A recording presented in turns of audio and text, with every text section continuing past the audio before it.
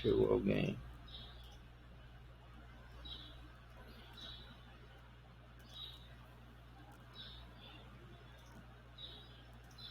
Beleza.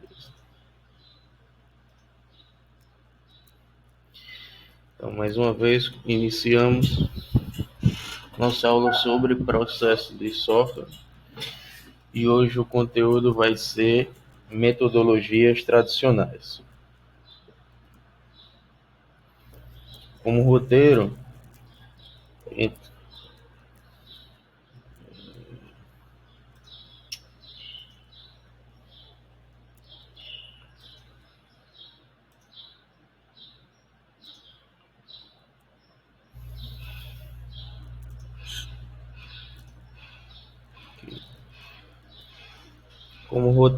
a gente vai falar um pouco sobre modelo de processo de uma forma bem genérica. Em seguida, nós vamos ver os três principais tipos de modelos tradicionais, que são eles: o modelo em cascata, o modelo iterativo incremental e o modelo evolucionário. Beleza? Então, antes de tudo, primeiro uma reflexão, né? Na aula passada a gente falou sobre a importância de existir um processo, né? Na verdade, sempre vai existir. A questão é se ele vai ser organizado ou não, né? Se vai ter regras, se vai ser gerenciado, né? Se vão existir papéis, atividades a serem cumpridas, né? Mas aqui eu desafio vocês a pensarem agora em forma de modelo, né? Qual a importância de existir um modelo de processo? Sobre a aplicação, diz a seguinte questão, né? É necessário aplicar esse modelo tal qual foi definido? O modelo vai existir um modelo a ser seguido, mas na hora de aplicá-lo, será que tem que ser aplicado exatamente da forma como foi definido, né? E os benefícios, né? Quais são as vantagens que eu consigo obter com a aplicação de um modelo de processo? O que eu vou ganhar, o que vai me trazer de vantajoso para o meu projeto aplicar um modelo de processo? Então, inicio com essas perguntas, esses questionamentos, para a gente pensar ao longo da aula, beleza? Então, modelo de processo. Segundo Somerville, né, ele traz uma definição de modelo de processo como sendo uma representação simplificada de um processo de software. Então, o processo, se você vai executar alguma tarefa, qualquer ela que seja, vai existir um processo. Você vai passar por um início, meio e fim, certo? Com relação ao desenvolvimento de software, existem algumas atividades comuns em todos eles, como a gente viu na aula passada, né? Levantamento de requisitos, modelagem, implementação, né? E aí, quando nós criamos, ou quando nós utilizamos um modelo de processo, né, nós estabelecemos uma representação simplificada do que seria um processo. Então, cada modelo ele vai representar uma perspectiva particular de um processo, né, e, portanto, vai fornecer informações parciais sobre ele. Como é um modelo, ele vai precisar ser representado, por exemplo, em documentos, né, em gráficos, em síntese de ideias. Então, não tem como nós representarmos tudo o que acontece dentro de um processo de forma escrita ou de forma gráfica. Então, nós precisamos conceber um modelo, né, uma abstração do que vai acontecer ou do que aconteceu no processo de software, né? E são justamente essas abstrações que podem ser usadas para explicar diferentes abordagens de desenvolvimento de software. Então, a empresa A pode aplicar pode executar um processo de uma forma, a empresa B vai executar o processo de outra forma, né? Alguma delas vai ter uma forma mais correta, né? A gente vai discutir isso ao longo da aula. Mas o importante é saber que nas duas situações nós podemos abstrair, né, sintetizar o mais importante que acontece em cada processo, seja o A, seja o B, e transformar ele em um modelo. A ideia desse modelo é que ele possa ser reproduzido por outras empresas, por outros projetos dentro da própria empresa, certo? Então, a ideia do modelo é a gente ter um norte, uma orientação na hora de iniciar um novo projeto. Então, você pode vê-lo, né, ver um modelo como um framework de processo, que ele pode ser ampliado e adaptado para criar processos de engenharia de software mais específicos, certo? Então, semelhante ao que nós temos como frameworks de desenvolvimento de software, né, como a gente pode utilizar bibliotecas ou mesmo frameworks de um software pré-pronto e a partir dele criarmos o nosso produto, a mesma coisa nós podemos fazer com o processo, né? Utilizar um modelo, né, nós já iniciamos o processo de uma forma pré-determinada e aí a execução dele vai ser necessário realizar adaptações, né? Ampliar algumas coisas, enfim. Tudo isso para ter um processo de engenharia de software mais específico e funcional.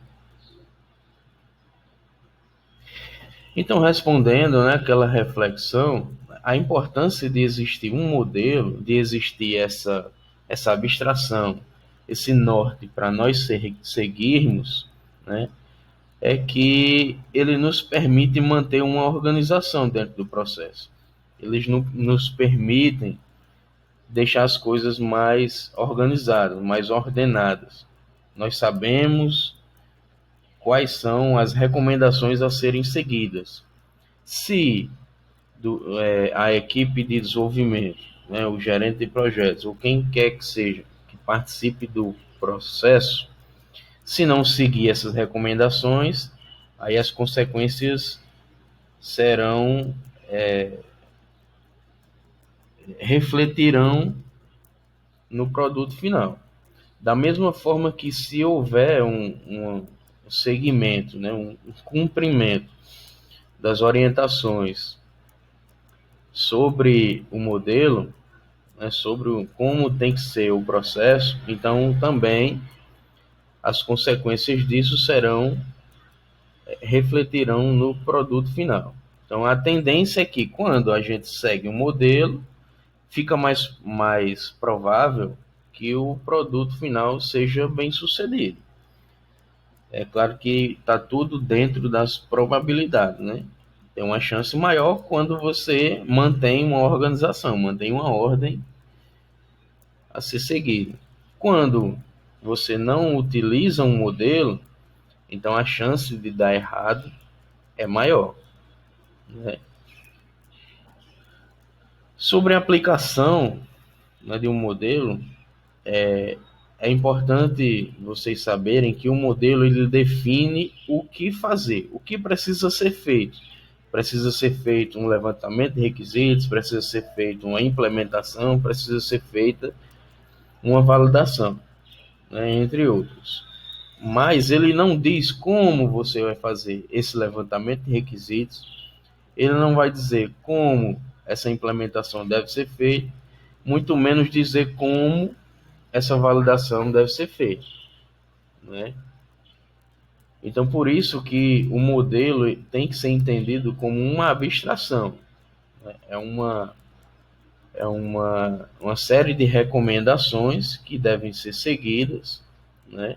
Mas o gerente de projetos, a equipe de desenvolvimento, ninguém vai encontrar um tutorial, um passo a passo de como fazer um levantamento de requisitos, de como implementar alguma coisa, certo? Então, o modelo, ele não é um tutorial, né? Anda longe, muito longe disso. O modelo é uma abstração que vai nos dizer o que fazer. E a vantagem disso é aumentar a probabilidade de um produto final ser bem sucedido. Bem sucedido do ponto de vista do processo, né? Se aquilo que foi definido no início do processo conseguiu ser transformado em código, né, da mesma forma como foi planejado, foi construído e está funcionando, né, e o cliente validou aquilo, então esses são os pontos que vão determinar o sucesso do produto. Ah, professor, mas aí minha empresa lançou um aplicativo, cumpriu todos os requisitos, utilizou um modelo de processo, né? Fez validação com uma representação boa do público-alvo, lançou no mercado e não conseguiu evoluir, não foi bem aceito no mercado, enfim, aquele aplicativo que nós lançamos falhou. Então, nós seguimos um modelo. E aí, como que fica essa questão de sucesso? Então, entendam que o sucesso do produto final no mercado é uma coisa completamente diferente disso que eu estou falando aqui, né? Seguir um modelo, ele vai dar mais probabilidade de o seu produto, aquele produto desenvolvido naquele processo, ele cumpra todos os requisitos que foram levantados, né? Ele cumpra as necessidades que o cliente listou. É esse a questão, é essa a questão de sucesso que está sendo relatada aqui. Agora, a partir da entrega, né, da implantação, da disponibilização do produto para o cliente, né, ou vai lançar no mercado, né, o fato de aquele produto ser altamente lucrativo ou não, isso aí vai estar fora do escopo da discussão aqui sobre seguir um modelo, certo? Aí vão entrar outras questões, como marketing, vão entrar outras questões como estudo de mercado, enfim. Então, é outro contexto que está fora da nossa discussão no momento, certo? Então, entendam um sucesso como finalizar um produto que cumpriu os objetivos do processo. Agora vamos ver o primeiro modelo de processo, né? E ele se chama modelo em cascata. Imagino que você já tenha ouvido falar, né, sobre o modelo em cascata, porque ele é um modelo clássico da engenharia de software, né? Ele foi o primeiro modelo a ser, né, criado, né? Ah, professor, mas existiram diversos tipos de modelos? Sim, mas aí o pioneiro, o mais conhecido da engenharia de software é o modelo em cascata. Então, sempre que vocês forem ver sobre o processo de software dentro da engenharia de software, né, vocês vão se deparar com o modelo em cascata. Então, ele também é chamado de ciclo de vida clássico, né? E ele é definido como sendo um modelo sequencial e sistemático para o desenvolvimento de software. Então, se vocês puderem resumir o modelo em cascata em duas palavras, vocês vão escolher sequencial e sistemático. E aí vamos entender o porquê. O modelo em cascata ele surgiu lá na década de 60, em meio àquele caos que relatamos na aula passada. Nesse período, tudo em relação ao processo de desenvolvimento de software era indefinido, era irregular, tudo desorganizado. Então, essa ideia de desenvolver né, no formato que o modelo em cascata define, surgiu e foi bem aceito no mercado de desenvolvimento de software dessa época, né? E aí, como características, eles têm como destaque, que é convencional, né? Ele foi criado em função do ciclo de vida de engenharia convencional. Então, por isso que ele é chamado de ciclo de vida clássico, porque a forma como o modelo foi pensado, foi criado, ela é muito parecida com aquilo que a gente viu sobre o ciclo de vida do software. As fases essenciais, fundamentais que existem no ciclo de software são praticamente as mesmas que o modelo em cascata determina que seja seguido. Outra característica dele é que é sequencial linear. O que significa isso? Existe uma organização por fases, e aí cada fase ela vai necessitar do resultado da fase anterior para que ela seja iniciada. Ou seja, a gente precisa cumprir uma sequência de fases de forma linear, né? Professor, ainda não entendi. Eu suponho que uma fase vai acontecer apenas quando a anterior for concluída. Quando uma fase for concluída, o resultado dela vai ser a entrada da fase seguinte, beleza? Então, assim, a gente mantém uma linha, né, uma sequência de fases que uma depende da outra, né? E aí a gente consegue ter um, um, uma sequência de atividades, de ações, até finalizar o desenvolvimento do produto. E também, né, outra característica que merece destaque é que ele é sistemático, né? Sistemático é aquela coisa fechada, rígida, né, rigorosa. Então, de fato, essa sequência de fases, ela é realmente sistemática, ela é rígida e ela obrigatoriamente tem que ser cumprida. Uma fase, ela só vai ser iniciada quando a fase anterior for concluída. Então, assim, não é se acontecer alguma coisa, a gente pode abrir uma exceção. Não. O modelo em cascata define que cada fase só inicia após a conclusão da fase anterior, justamente porque ela necessita do produto, do artefato gerado na fase anterior para iniciar. Então não tem como começar faltando alguma coisa. É como se eu não tenho como iniciar uma implementação se eu não sei, se eu não tenho acesso a nenhum requisito. Então não faz sentido. Eu só vou iniciar a implementação quando, por exemplo, eu tiver os meus requisitos definidos. Beleza? Então, representando aqui visualmente a sequência de fases definidas pelo modelo em cascata. Então vejam que é muito semelhante ao que nós vimos sobre o ciclo de vida do software, né, e sobre atividades fundamentais. Aquelas atividades vão ser definidas em fases, né? E aí cada fase dessa tem uma série de atividades a serem cumpridas, né? Então, modelo em cascata porque cada fase parece uma sequência, né? Parece uma cascata, uma escadaria, né? E aí dá a ideia de que uma realmente deve seguir após a outra, né? Então, como fase nós temos definição de requisitos, projeto de sistema e software, implementação e teste de unidade, integração e teste de sistema, operação e manutenção.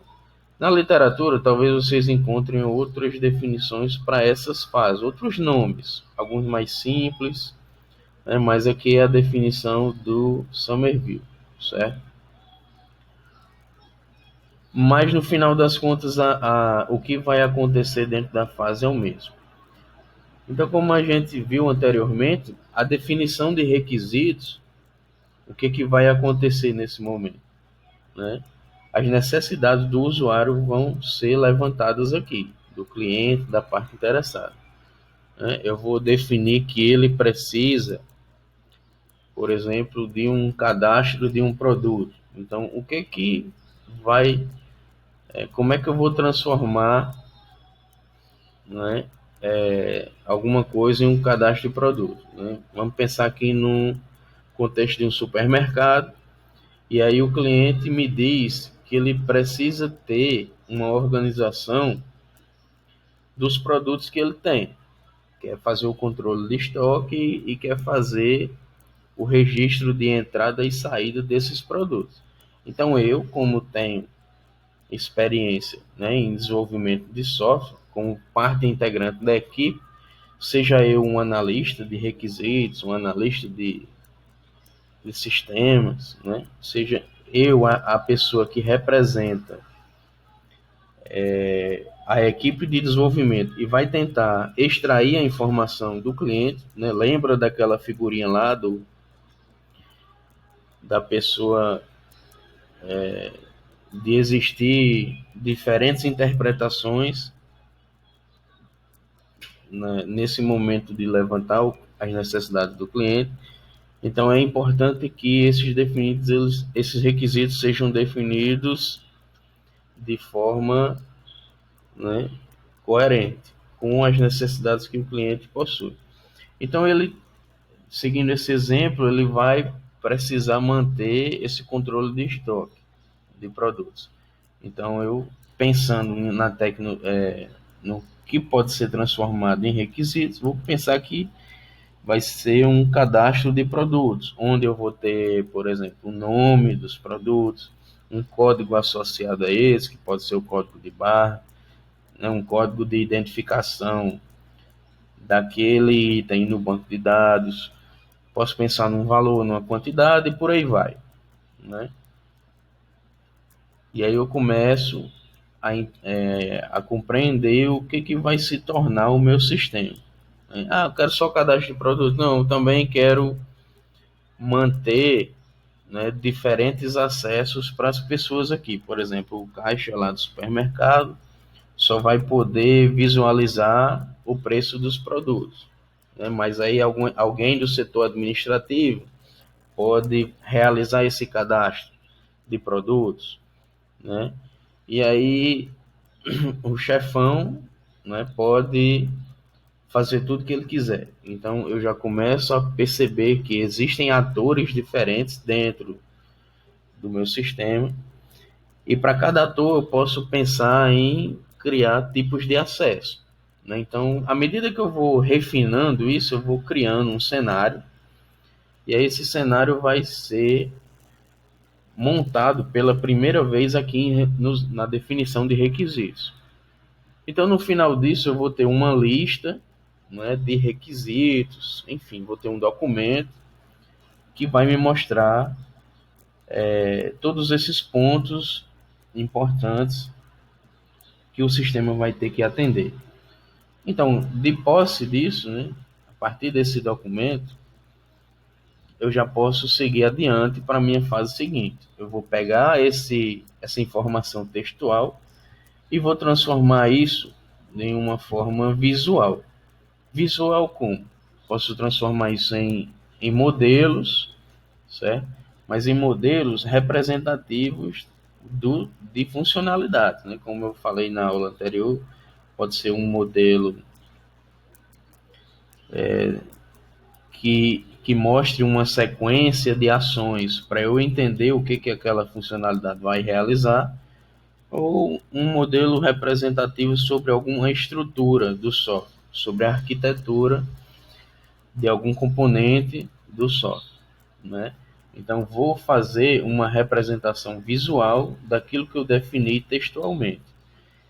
Por que isso? Porque uma representação visual, né, um projeto, já é uma coisa mais bem elaborada, ela se aproxima mais da linguagem, ela se aproxima mais de melhorar a compreensão sobre o que são os requisitos, sobre o que é o sistema, sobre quais objetivos eu tenho que cumprir. Então, se eu consigo entender melhor, né, eu enquanto equipe de desenvolvimento, né, falando todo mundo que participa, né, então isso diminui as chances de eu desenvolver alguma coisa errada lá na frente, né? Então, quanto melhor definir o projeto do sistema e do software, né, mais próximo vai ser daquilo que o cliente de fato pediu aqui, né?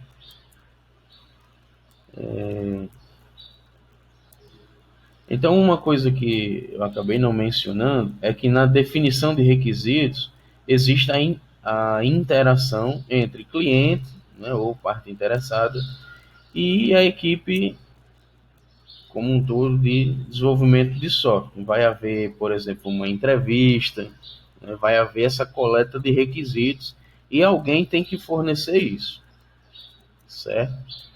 Aí tem toda aquela questão de se os requisitos eles são viáveis ou não para poder seguir adiante, né?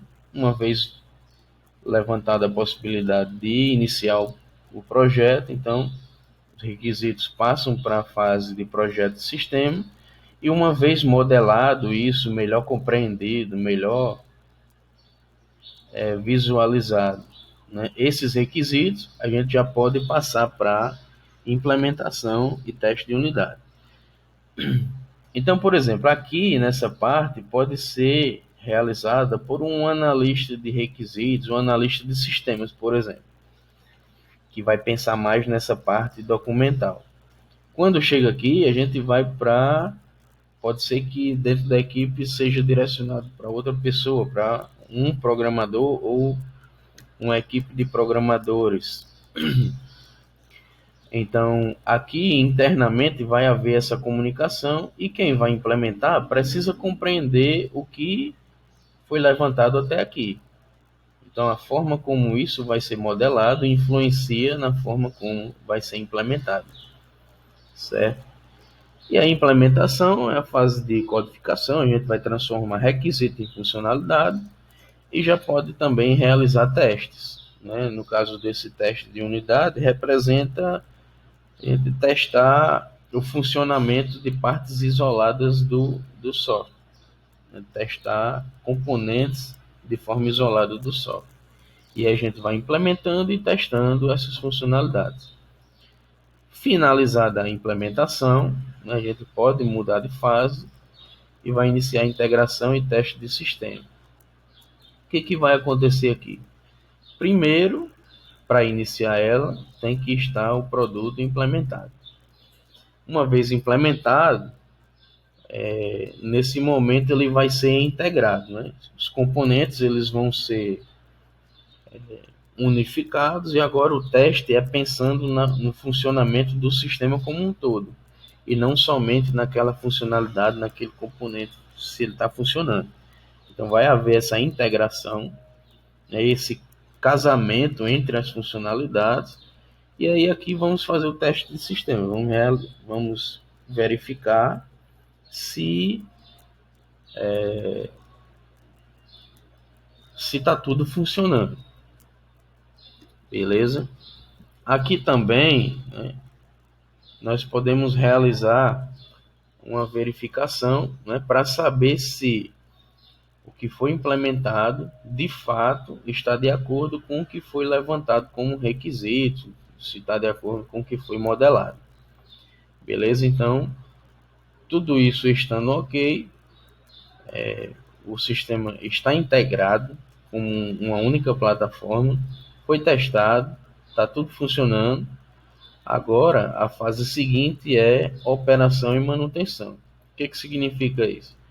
A operação a gente vai distribuir, vai entregar ao cliente, vai disponibilizar, né?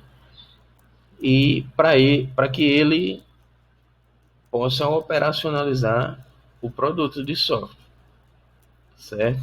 E a partir disso, a partir dessa entrega, dessa implantação, o que a equipe tem que fazer é a manutenção do software para que ele continue funcional por mais tempo, né? Então, ah, aqui é quando o cliente ele vai ter o contato com o produto. E aí esse produto já vai estar completo, já vai estar testado, verificado, né? E aqui o cliente vai fazer a sua validação. É isso, vai receber o produto e ver se o que ele pensava como necessidade para ele, para a sua empresa, de fato está representado ali naquele produto de software, né? E a partir daí ele vai poder operacionalizar, vai poder utilizar, usufruir desse software e no mais, né, aguardar a manutenção para que ele sempre fique funcional, né? Algum erro que surja, alguma falha, algum problema, vai acionar a manutenção para que ela seja realizada. Então, esse é um modelo em cascata, né? A forma como ele é definido, né? Vejam que aqui parece uma cascata, né? Uma queda d'água, tal, uma escada. E aí é para se ter essa ideia de que uma fase precisa terminar para iniciar a seguinte, certo? Sempre assim, beleza? Entretanto, né? Tudo isso é muito bonito na teoria. Na prática, o que acontece é que esse modelo em cascata, ele vai retroalimentar. O que é isso?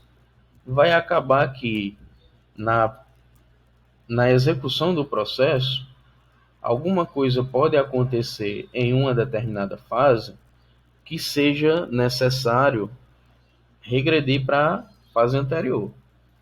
Na prática acontecia isso, né? E aí a gente pode chamar como um modelo em cascata com retroalimentação. Então, assim, o modelo, a teoria é esse modelo em cascata, mas na prática essa coisa sistemática ela não acontece, né? Geralmente ela não acontece. Naturalmente, alguma mudança vai acontecer ao longo do processo, onde seja necessário retroagir para a fase anterior. Ah, professor, mas eu já estava aqui na fase de integração, já estava prestes a entregar um produto, e aí faltou implementar alguma coisa. Então, volta para a fase anterior. Ah, mas eu não implementei porque não foi mostrado no modelo. Então, volta para a anterior. Não, eu não fiz o modelo porque não existe a definição desse requisito. Então, define esse requisito novo que alguém identificou e aí segue adiante. Então, na prática, vai ficar havendo iterações, né? E não necessariamente vai ficar voltando da última para a primeira. Não, isso aqui não é definido, né? A própria equipe vai decidir para onde vai voltar quando necessário, né? Até mesmo quando o cliente recebeu o produto, ele pode dizer que não era aquilo que ele queria ou tem alguma coisa errada, e aí vai ser necessário essa volta, certo? Então, o modelo em cascata é bonito na definição, mas acaba que na prática ele vai sempre haver essa retroalimentação. Vai voltar atrás no sentido de voltar para uma fase anterior. Então, como características, a gente pode definir que o modelo em cascata ele é organizado por fases, é um modelo que é fortemente documentado, certo? Ele segue o conceito de Big Design Upfront, né? Um grande projeto primeiro. Então, esse conceito segue a seguinte definição, de que quanto melhor for definido o projeto, menos problemas vão acontecer. Certo? Então, ele parte do conceito de que é extremamente importante e necessário que o projeto seja definido logo no início, né? E quanto mais bem definido ele estiver já desde o início, né? Menos problemas vão acontecer porque não vai ter que ficar voltando para a fase anterior para fazer alguma coisa que mudou ou alguma coisa que não foi identificada antes. Se alguma coisa mudou, é porque o planejamento talvez não tenha sido bem feito ou passou alguma coisa desapercebido, né? Então, quanto melhor definido, menos problemas terão, certo? A implementação do produto, ela deve ser postergada até a compreensão completa dos objetivos do projeto. Então, assim, é recomendável que se invista bastante na definição, né, nessa melhor definição, nessa compreensão do problema, para que seja iniciada a implementação somente quando tudo estiver ok, quando a compreensão do problema estiver completa. Porque enquanto está no campo de documentos, né, de modelos, fica mais fácil ser modificado. Agora, quando já está implementado, já, por exemplo, está integrado com outras funcionalidades, aí fica muito mais difícil realizar uma mudança, porque ela não foi prevista e o sistema não foi implementado para receber algum tipo de mudança, né? Então, tem que haver essa atenção na hora de implementar. O software funcional ele só vai estar disponível apenas na etapa final, né? Porque o cliente ele só vai visualizar o software já quando tiver prestes a receber, né? E aí, em nenhum momento anterior é possível ter contato, né? Ou pelo menos ter de posse um sistema funcional. Nem mesmo a própria equipe vai possuir um software funcional. Ele só vai ser construído e integrado, né, já próximo do fim do projeto. E aí as mudanças, elas não são bem-vindas aqui nesse modelo. Elas não fazem parte da definição do modelo em cascata.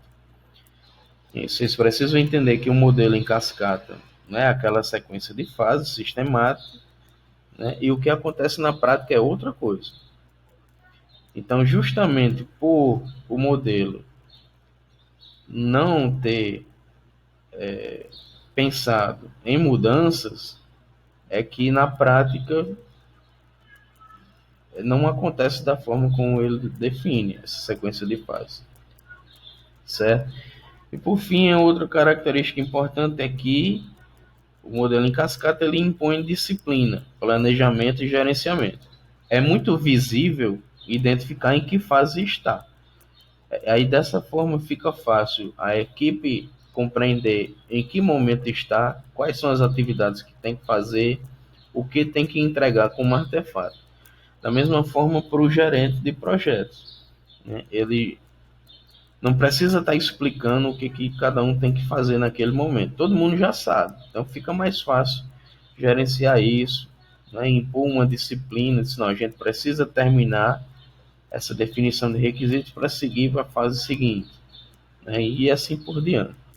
Então é um modelo que prega disciplina, planejamento e gerenciamento. Então, como vantagens, né, do modelo em cascata, é que ele é documentado, né? Então, os requisitos eles são bem definidos e documentados. Então, o produto ele pode ser compreendido depois, porque dá para saber como foi a sua construção, né? Organizado, porque existem fases e essas fases elas são sequenciais. Você tem uma ideia de como executar o projeto. Então, isso permite um gerenciamento mais fácil. A aplicação, ela permite a gestão e execução de sistemas críticos de grande porte. Então, justamente por essa organização, por essa documentação, por permitir um gerenciamento, ele pode ser aplicado, né, para sistemas críticos, né? Isso porque sistemas críticos eles não possuem tolerância a falhas, né? Tolerância a falhas é zero. Então, se eu defino de uma forma extremamente bem definida os meus requisitos, e aí eu implemento, né, testo, executo,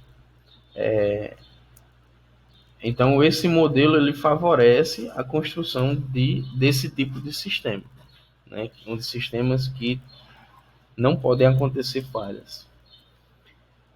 E quando um planejamento é bem definido e executado, né, o produto terá menor índice de erros, né, justamente casando com a ideia de sistemas críticos. Então, se eu planejo bem, eu implemento o que foi planejado, testo, né, e está tudo ok, então a probabilidade do produto apresentar erros depois, né, pode ser menor.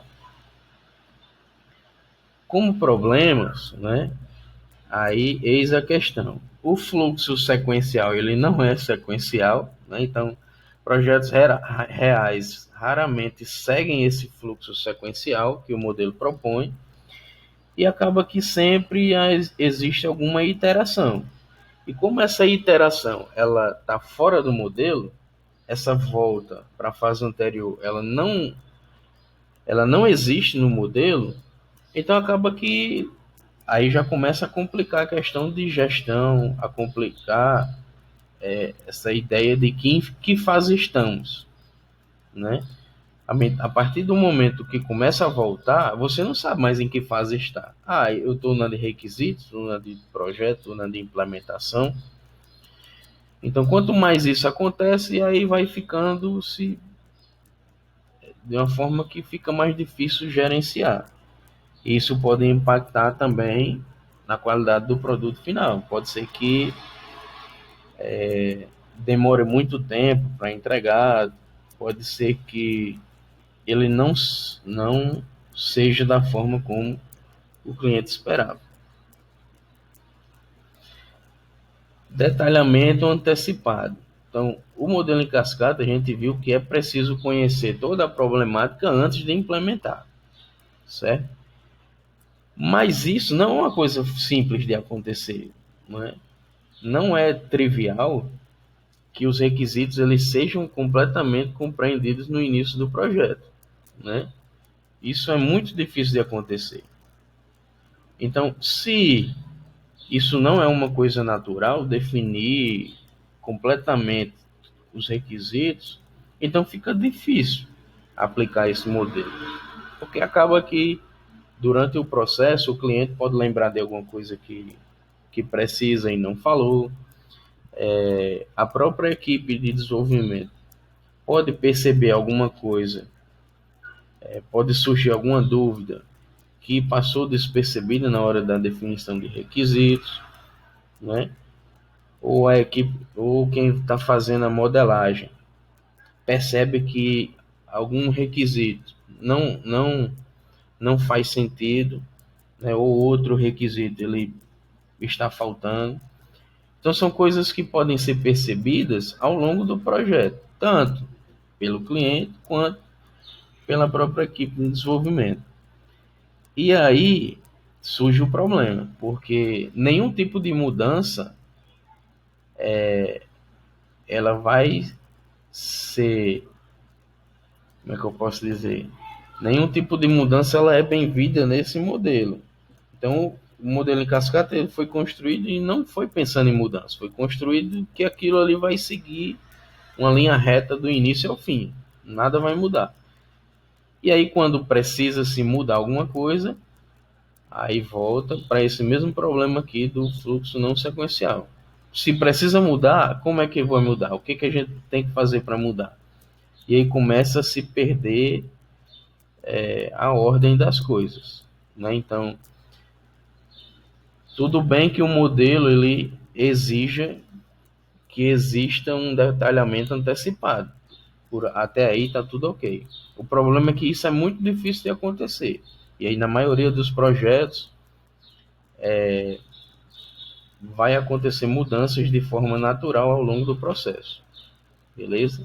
E aí isso pode trazer problemas na aplicação do modelo em cascata. Sobre a versão no final, né? O cliente ele vai precisar ter paciência, porque imagine um projeto de, por exemplo, 6 meses ou um ano. Aí o cliente conversa com o analista de requisitos lá no início do projeto, em janeiro, e aí, não, tá tudo ok, beleza, nós vamos fazer. E aí vai receber um retorno só em dezembro. Como é que vai ser? O cliente vai ficar esperando um ano sem saber nem o que está acontecendo, sem saber nem se estão desenvolvendo, né? E pior ainda, sem nem ter ideia de como está o programa, como está o software. Então isso é muito ruim, principalmente para o cliente, que ele não vai nem ter ideia do que está sendo feito, nem vai saber se está sendo feito. Se, por exemplo, a equipe de desenvolvimento desistir em outubro. Então o cliente já estava na expectativa de receber em dezembro. E a equipe viu que não era possível desenvolver em outubro. Beleza, vamos encerrar o contrato. Certo, até aí dá para ser feito. Agora o cliente ele já tinha se preparado para usar esse software em dezembro. Como é que ele vai se organizar de novo para pedir para outra empresa desenvolver? Aí vai esperar mais um ano, né? E se der errado, mais um ano de novo, então não faz sentido que funcione dessa forma, né? Então, o modelo em cascata, ele não permite, né, que o cliente ele tenha acesso ao software antes de ser construída essa versão já quase final. É uma versão já pronta, e aí nessa parte final apenas pequenos ajustes poderão ser feitos, certo? Então não tem como o cliente dar um feedback, por exemplo, ou se ele pedir alguma mudança maior, aí vai cair naquele problema do cascata com retroalimentação. E aí é muito mais caro, é muito prejudicial para o projeto realizar essa mudança, porque vai exigir retrabalho, vai consumir mais tempo, essa equipe poderia já estar desenvolvendo um novo projeto e aí vai continuar com o mesmo, né? Então vocês sabem que no mercado tempo é dinheiro. Então, quando se está perdendo dinheiro, não é interessante para ninguém, beleza? Então são 3 problemas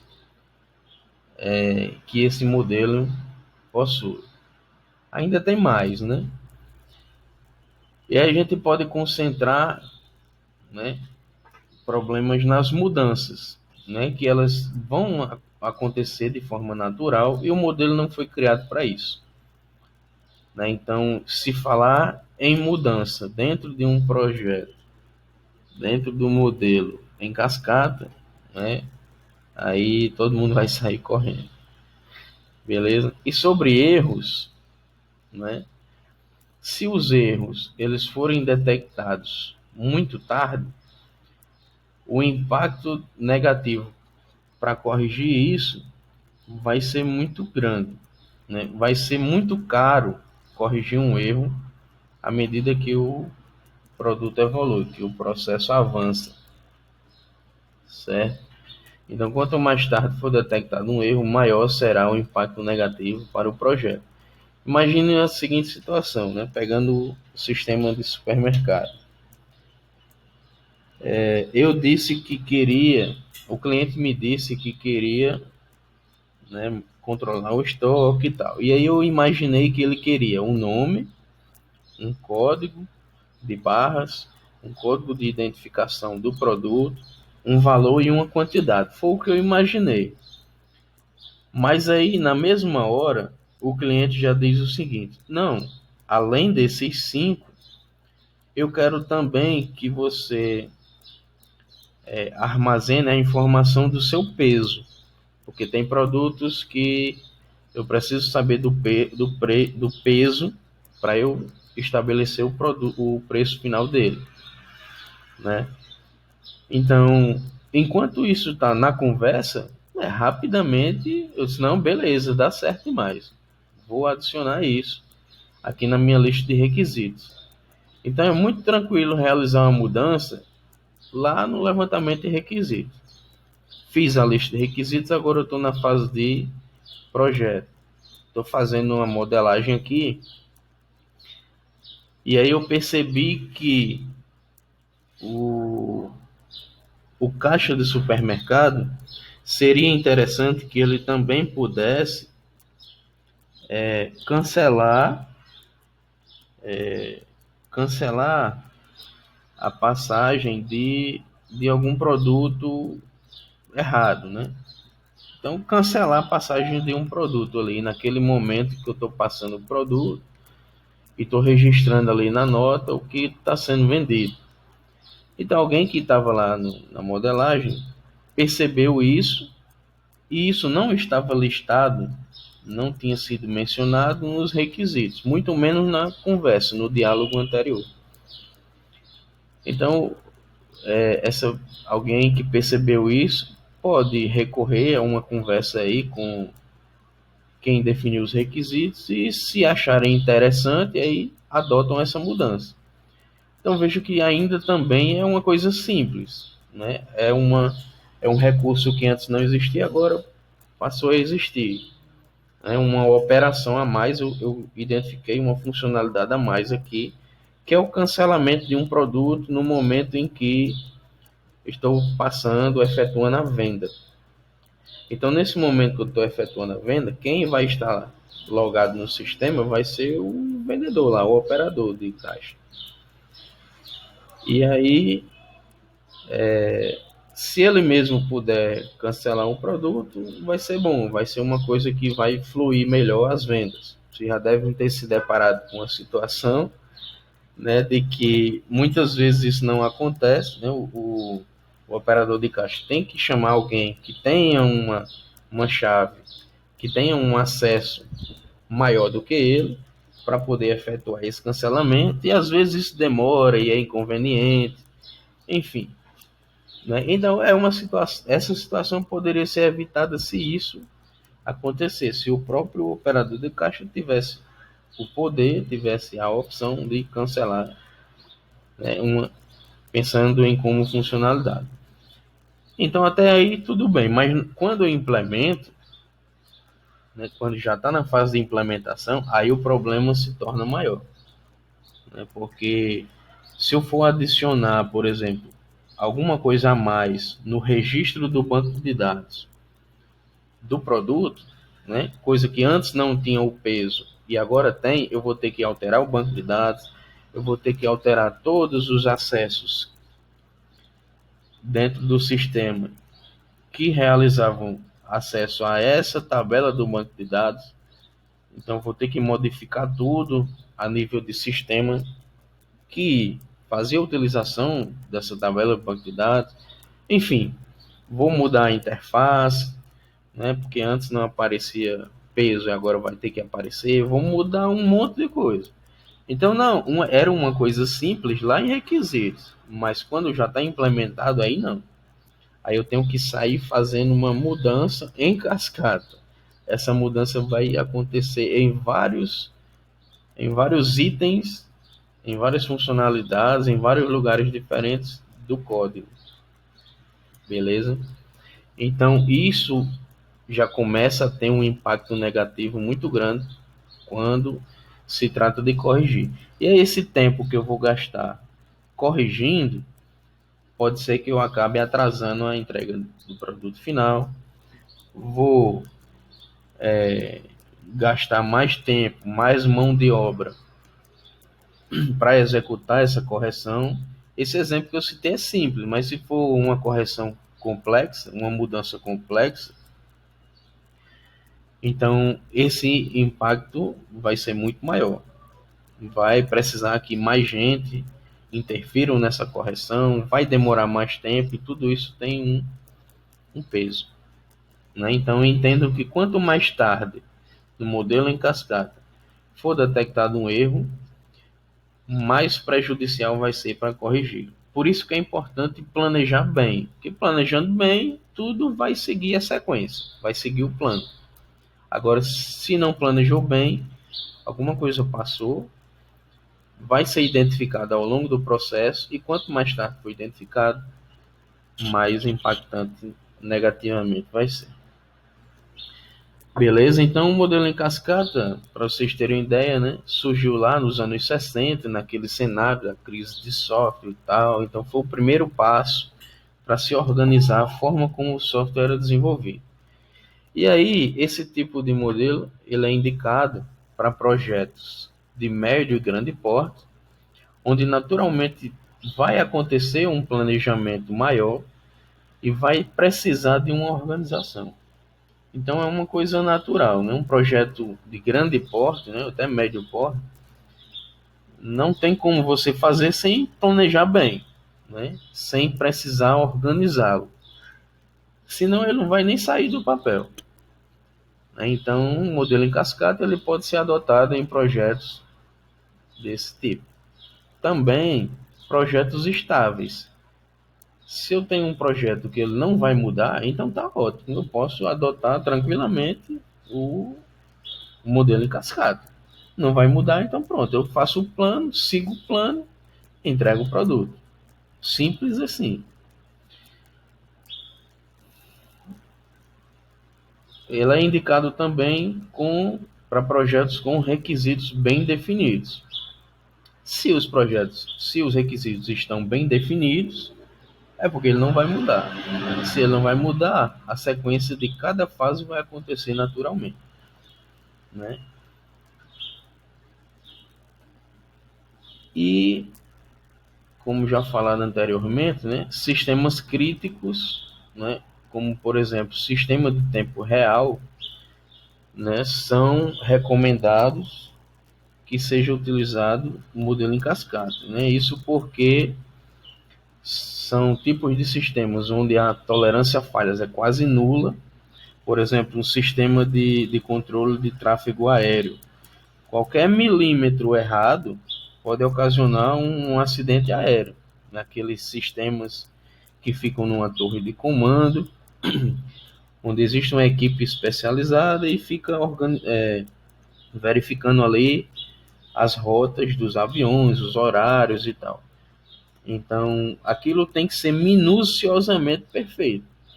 Qualquer coisa, qualquer milímetro a mais ou a menos que possa ocasionar um erro, esse erro pode ser fatal, pode trazer uma tragédia. Então, quando o tipo de sistema precisa ser planejado e implementado de forma minuciosa, onde obrigatoriamente haverá muitos testes, verificações e validações, né? E precisa se planejar minuciosamente os requisitos, então o modelo em cascata também pode ser utilizado. Beleza? Então o modelo em cascata ele é o paradigma mais antigo, né? E mais amplamente usado da engenharia de software, né? Parece contraditório, mas pelo fato dele ser o mais antigo, não significa dizer que ele ficou ultrapassado. Muito pelo contrário. É bem mais simples de aplicá-lo, né? Vocês verem que qualquer coisa que a gente for fazer no sentido de desenvolvimento de software, naturalmente vai seguir a sequência.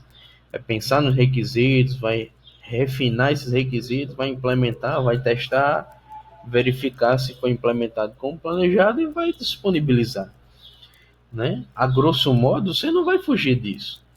Então, por isso que o modelo em cascata é o mais conveniente, é o mais amplamente utilizado na engenharia de software. Apesar de ter sido o primeiro, o pioneiro, né, modelo de processo. Modelo iterativo e incremental. Então, modelo iterativo e incremental, né, tem como características, como o próprio nome já define, ser iterativo, né, que significa dizer que existem ciclos de repetições para as suas atividades, né, para as atividades do processo de desenvolvimento de software, certo? Então, durante o processo de desenvolvimento de software, vão existir ciclos de repetições de atividades, né? O fato de ser incremental significa dizer que, no final de cada conjunto de atividades, né, à medida que um conjunto de atividades é cumprido, é executado, uma parte do software está em funcionamento, né? Aliás, uma parte do software em funcionamento está pronta e pode ser disponibilizada. Então, ao final de um conjunto de atividades, eu tenho o que pode ser chamado de incremento. Esse incremento, dentro do contexto aqui do modelo iterativo incremental, significa dizer que uma parte do software ela é funcional e ela já pode ser disponibilizada, ela ficou pronta, certo? Então, o que significa isso? É como se, naquele mesmo exemplo do software de supermercado, se todo o meu cadastro de produtos estiver implementado, eu já posso disponibilizar para o cliente, já para ele ir fazendo, alimentando o banco de dados com os produtos que eles têm lá, antes mesmo de eu concluir o projeto. No projeto eu vou desenvolver outras funcionalidades, mas eu já disponibilizo para o cliente essa parte do software que já é funcional. E aí esse modelo ele partiu de uma melhoria do cascado, né? Com todos esses problemas listados, perceberam que não atendia a realidade ainda, né? O modelo em cascata ele não atendia o que de fato acontecia na realidade do desenvolvimento de software. Então perceberam que precisava-se ser mais flexível a mudança. Se mudança acontece sempre, então eu não posso ter um modelo onde a mudança não existe. Eu tenho que criar um modelo, né? Nós temos que criar um modelo que seja mais flexível a essas mudanças, né? E que também permita a compreensão do projeto à medida que evolui. Já que é tão difícil entender todo o problema logo de cara no início, então vamos conceber aqui um modelo onde eu possa compreender à medida que o software evolui, à medida que o projeto, o processo evolui. Beleza? Então, qual é o contexto disso, né?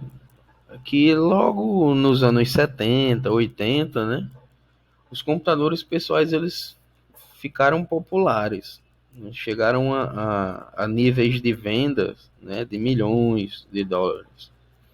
E aí foi quando grandes empresas emplacaram aí na história da computação. E aí, por essa popularização, cada vez mais precisava-se de software funcionando, né? Beleza, vendia uns computadores, mas para vender computador eu preciso de software lá dentro. E aí quem vai fazer esse software? Então eu precisava de mais opções, o contexto obrigava a existir mais opções por software, mais pessoas desenvolvendo isso, e não tinha tempo a perder, porque estava se vendendo muito. E aí, como eu já falei, né, tempo é dinheiro, e quanto mais rápido essas pessoas estivessem usando aquilo, né, melhor para poder permitir vender mais ainda, né? Sobre aplicativos, né? Então, nesse mesmo contexto, né, de computadores pessoais, softwares de diferentes portes surgiram, né? Antes disso, né, o software era uma coisa muito complexa, tal, desorganizada, e o acesso a computadores era muito restrito, então era meio que padrão os aplicativos que existiam, né? Porque eram mais predestinados a empresas, a, a universidades, né?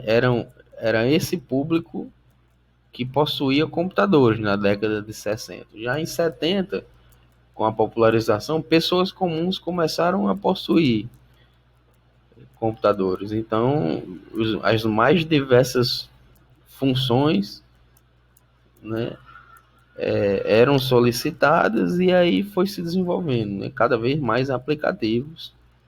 E aí alguns aplicativos mais simples, tipo uma calculadora, né, ou alguma outra coisa mais simples, não precisava desse planejamento minucioso como o modelo em cascata determinava. Então, para uma coisa mais simples, eu posso executar o desenvolvimento dele de forma mais simples, certo? Aí, com o cascata ainda, né, cada software era um projeto novo. Como a gente não podia mudar, né? Se você não pode mudar, então depois que ele era entregue, acabou ali. Fica corrigindo ali alguma coisa que der para corrigir, mas uma atualização não era possível. Porque para você atualizar teria que mudar, e mudar está fora de cogitação no cascata. Então aqui o contexto já era outro. Então, assim, não havia tempo para ficar recriando software o tempo todo, reinventando a roda o tempo todo. Então, era importante que aquele software, mesmo disponibilizado, mesmo já entregue, alguma coisa pudesse ser reaproveitada para ganhar tempo e evoluir esse software. Eu criar uma versão 2.0 daquele mesmo software, mais atualizada, corrigida os erros da versão anterior e melhorada. Então, não existia mais esse tempo, né? Começou a haver mais concorrência na disputa em venda de computadores, de software. Se eu tenho mais concorrente, eu posso correr o risco de o meu concorrente vender o que eu estou produzindo. Então, eu tenho que chegar primeiro para poder vender primeiro.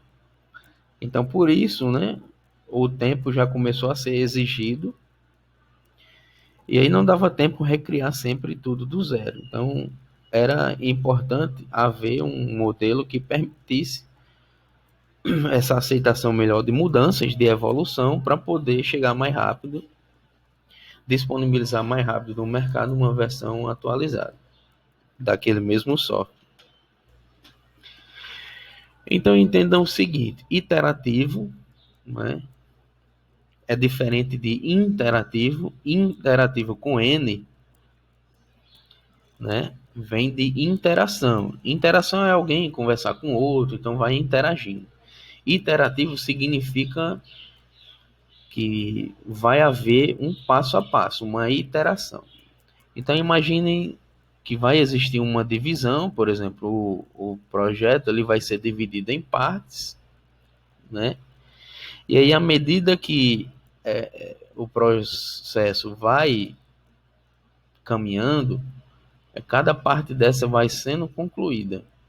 Então, quando uma parte dessa é concluída, a gente chama de iteração, que ela foi atendida e ela que está de forma separada. Aí, a cada iteração, a cada próxima iteração, uma nova parte vai ser atendida, né? E aí, no final das contas, vai completar aqui o meu produto. Então, entendam isso como que esse modelo, no final de cada ciclo, ele vai ter uma parte funcional do software. E ele já pode entregar, porque já está completinha aqui essa minha parte, né? À medida que eu vou avançando, eu vou disponibilizando outras partes completas, né? E é justamente essa outra parte completa que diz respeito ao incremento, né? A parte incremental, né? Que eu tenho a minha parte do projeto e aí eu vou incrementando ele, né? Para que eu vou completando o produto. E no final de tudo, eu vou ter o produto completo da mesma forma como eu teria lá no cascata. A grande diferença é que no cascata o cliente vai esperar até o final para poder receber alguma coisa, para receber o produto e ele só vai receber o produto completo. Já aqui no iterativo incremental, o cliente ele vai recebendo antes mesmo de concluir o projeto, né? Isso diminui aquela ansiedade dele em esperar alguma coisa, em utilizar, usufruir daquela ferramenta para o que ele, para as suas necessidades. Então, quando a gente fala que um modelo é iterativo e incremental, né, entendemos que existe uma sequência de atividades a serem cumpridas, né, da mesma forma que isso vai se repetir ao longo do tempo, né? Então eu vou tendo iterações, né, e no final de cada iteração eu vou produzir um incremento. Então, considerando aqui para o incremento 1, comecei agora o meu processo. Então, do mesmo jeito, vou fazer o levantamento de requisitos, vou analisar esses requisitos, fazer o projeto, implementação, testes e vou implantar o meu primeiro incremento, né? Como eu estou falando de incremento, então o meu levantamento de requisitos vai ser para aquela parte. Eu vou pensar somente naquela parte. Então tudo aqui vai fluir mais rápido, porque eu não vou estar pensando no software de forma completa, global. Eu vou estar pensando no software de uma forma fracionada. E aí eu vou levantar aqueles requisitos correspondentes, vou analisá-los, projetar, implementar e implantar. Quando venho para a iteração seguinte, aí eu já vou pensar no novo incremento, né? Aí esse novo incremento, da mesma forma, eu já tenho a experiência de todo o andamento dessa primeira parte, né? Eu já entreguei para o cliente, né? Muito provavelmente o cliente já vai ter dado um retorno sobre esse incremento. E aí eu levo toda essa experiência já para a iteração 2. E aí na interação 2 eu vou produzir o meu segundo incremento, né?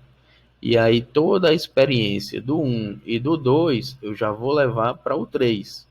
Então é por isso que a compreensão do projeto ela vai melhorando, vai aumentando, vai refinando ao longo do processo. Porque eu vou começando a compreender melhor, né, as necessidades do cliente, ele já vai me dando um retorno em cada intervalo desse.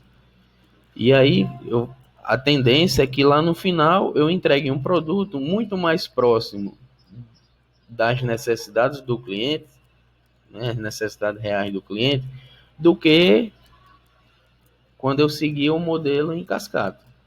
Lá no modelo em cascata eu não tinha essa interação com o cliente. Eu não tinha esse feedback durante o processo. Então lá podia ser que no final do processo entregar uma coisa completamente diferente do que o cliente esperava, né? Aí relembra aquela figura que nós falamos em outro momento sobre os problemas de comunicação e interpretação. E aí lá, para eu refazer tudo, era muito caro. Aqui não. Eu vou tendo feedback em partes. Para eu mudar uma parte dessa, mesmo que exija um retrabalho, né, isso impacte no cronograma do projeto, mas mesmo assim é uma mudança muito menor porque é só em uma parte específica, né, que eu vou mudar e não no projeto como um todo, beleza? Então esse é o mecanismo de funcionamento do iterativo incremental, né? É organizado também em fases, então é uma melhoria do cascata, mas agora ele permite fazer isso por partes, certo? E não de forma global. Beleza? Então é como se eu tivesse um mini cascata aqui em cada iteração, né? Com o advento, né, no final do cascata era quando o cliente tinha contato com o produto. Aqui, o cliente vai ter contato com o produto no final da iteração. Então, como eu estou reduzindo tudo, eu tenho um mini cascata aqui, e no final desse mini cascata eu vou ter o feedback do cliente.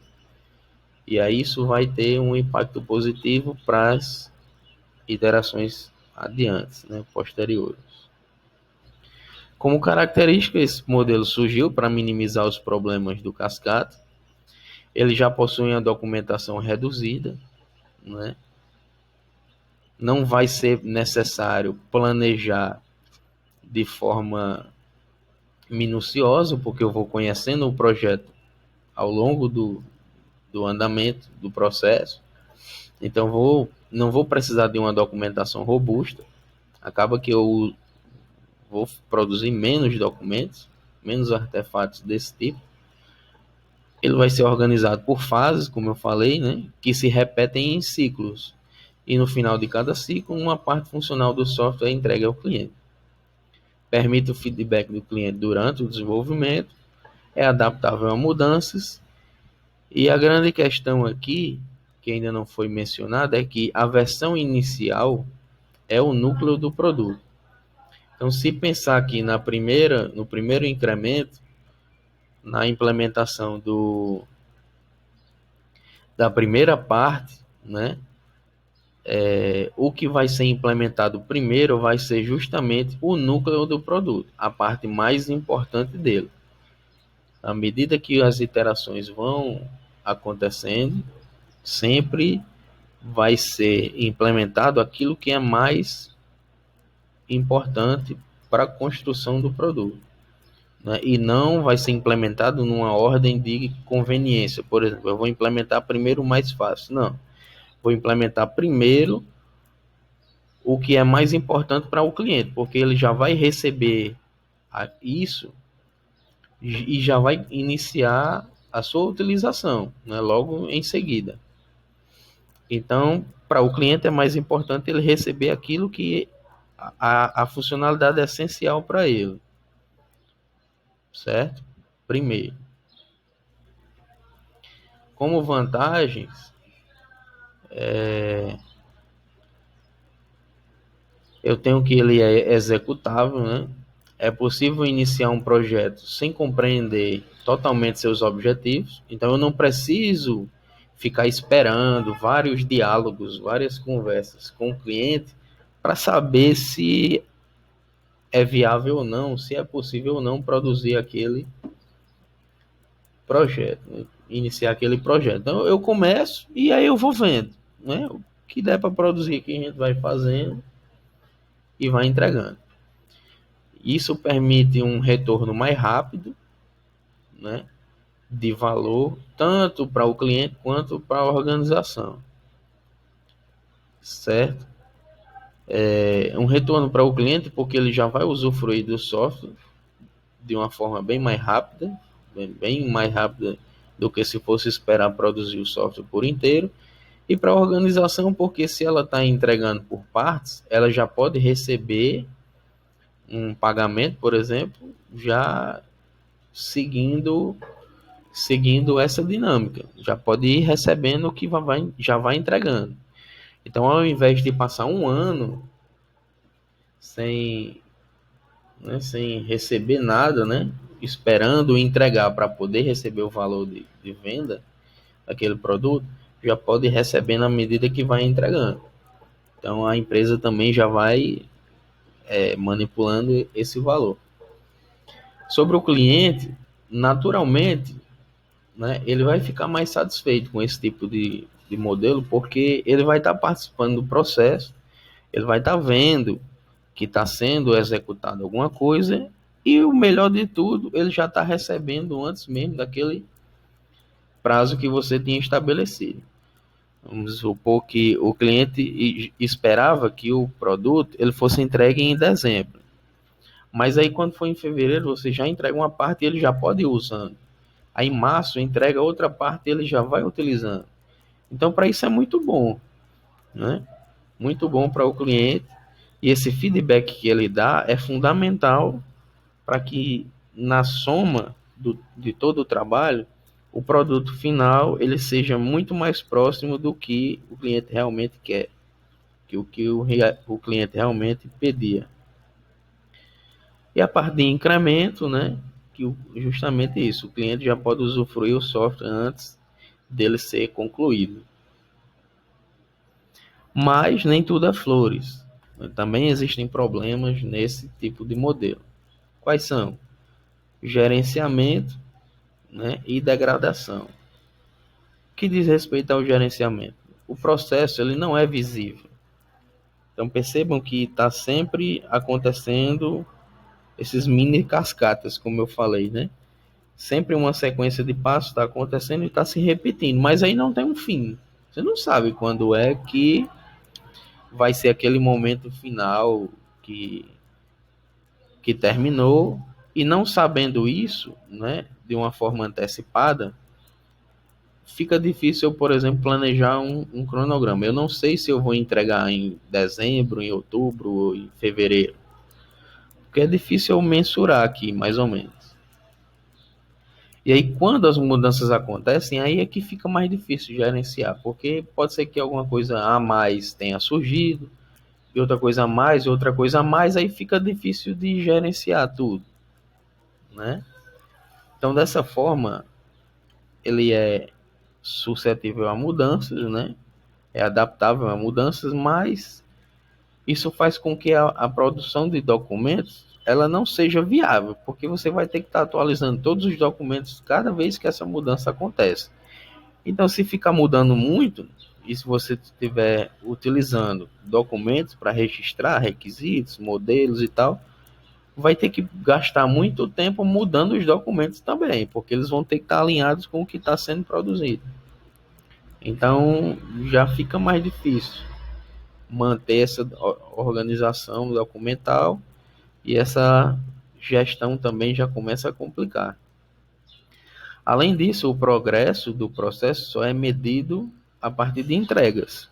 Eu só sei que o projeto ele caminhou um pouco, ele evoluiu um pouco quando eu entrego o próximo incremento. Nesse período que eu estou produzindo, não dá para saber se aquela iteração está em 30%, está em 60%.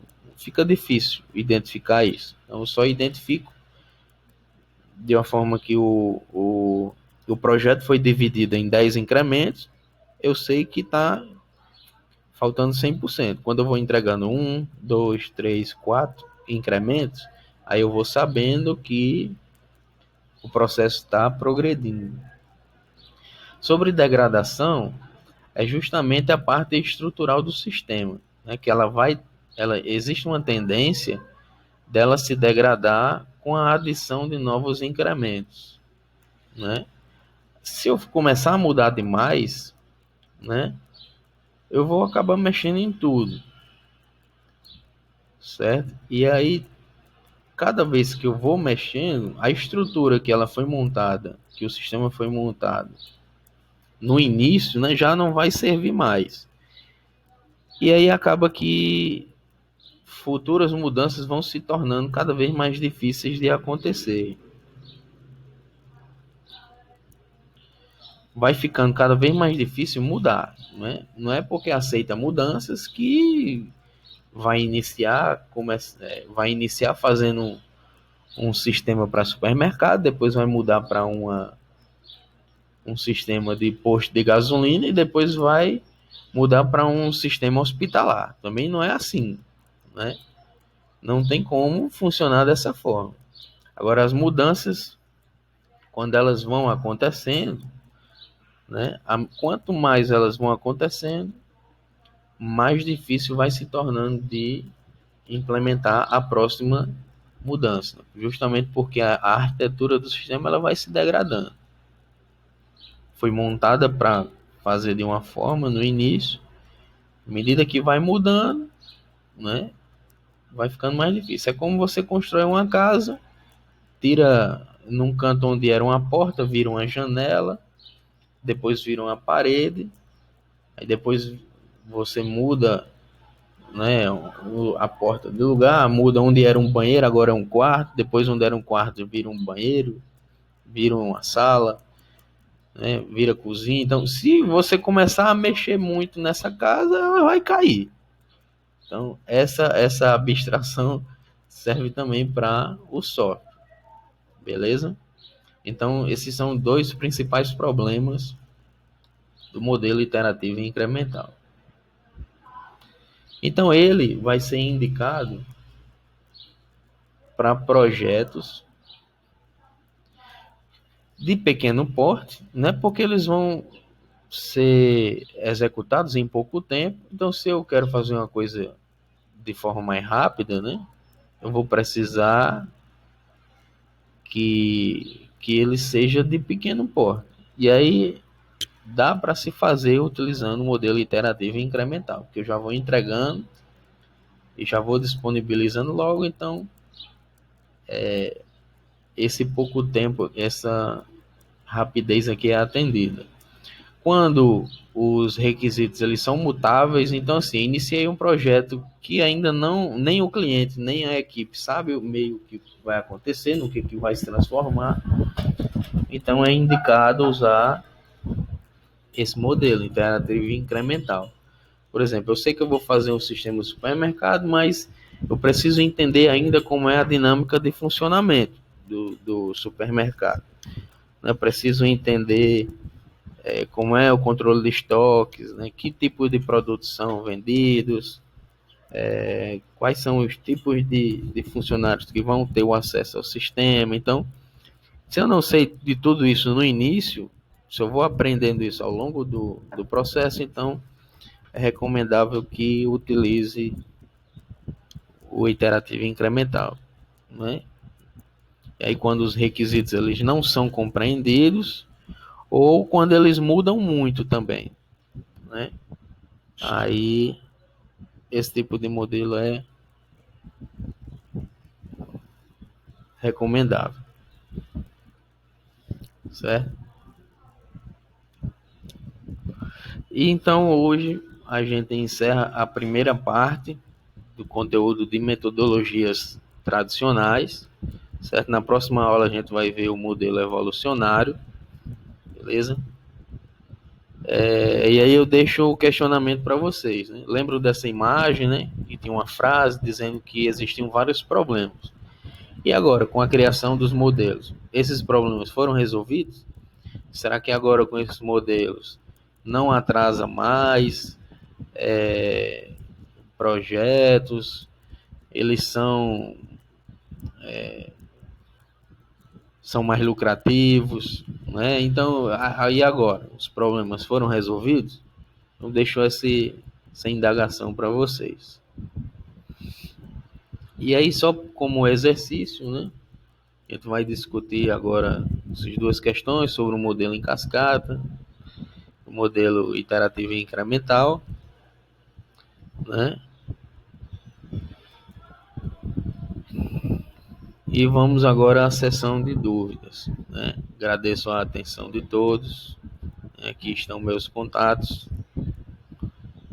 E é isso.